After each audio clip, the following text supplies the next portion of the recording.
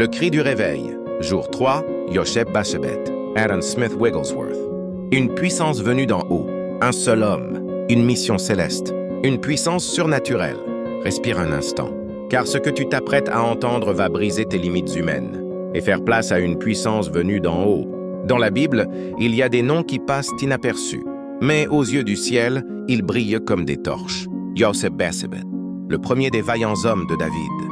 2 Samuel chapitre 23 verset 8. Josheb-Basshebet, le Tachkémonite, chef des Trois, il brandit sa lance contre 800 hommes qu'il tua en une seule fois. 800 hommes, ce n'est pas une métaphore, ce n'est pas une légende, c'est le fruit d'une onction, d'une foi inébranlable, d'un homme qui a refusé de reculer. Il ne combattait pas avec sa propre force. Il était devenu une épée vivante dans la main du Tout-Puissant. Un homme devenu arme, et aujourd'hui, Dieu cherche encore des Josheb, des instruments, des sabres humains, aiguisés par la prière, trempés dans la parole, brandis dans la foi. Et si tu crois que c'était juste pour l'Ancien Testament, regarde Smith Wigglesworth, un simple plombier, analphabète jusqu'à l'âge adulte. Mais quand le Saint-Esprit est descendu sur lui, il n'était plus un homme ordinaire. On raconte qu'il entrait dans des salles d'hôpital et les malades se levaient avant même qu'il ne prie. Il a vu des morts ressuscités, pas par magie, parfois. Wigglesworth refusait de prêcher sans onction. Il pleurait à genoux avant de monter sur l'estrade. Et quand il se levait, c'était comme si un feu parlait. Je ne suis rien. Mais Dieu en moi peut tout faire. Comme Josheb, il n'a pas combattu avec des mots seulement. Il a combattu avec puissance. Pas pour lui-même, mais pour défendre l'honneur du nom. Et toi, as-tu laissé ton sabre rouiller?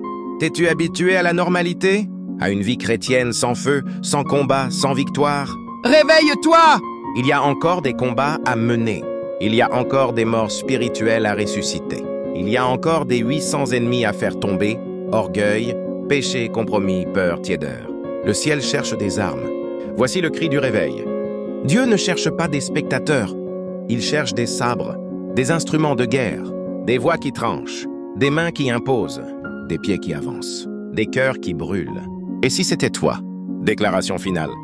Seigneur, je suis fatigué de la faiblesse, fatigué de la tiédeur.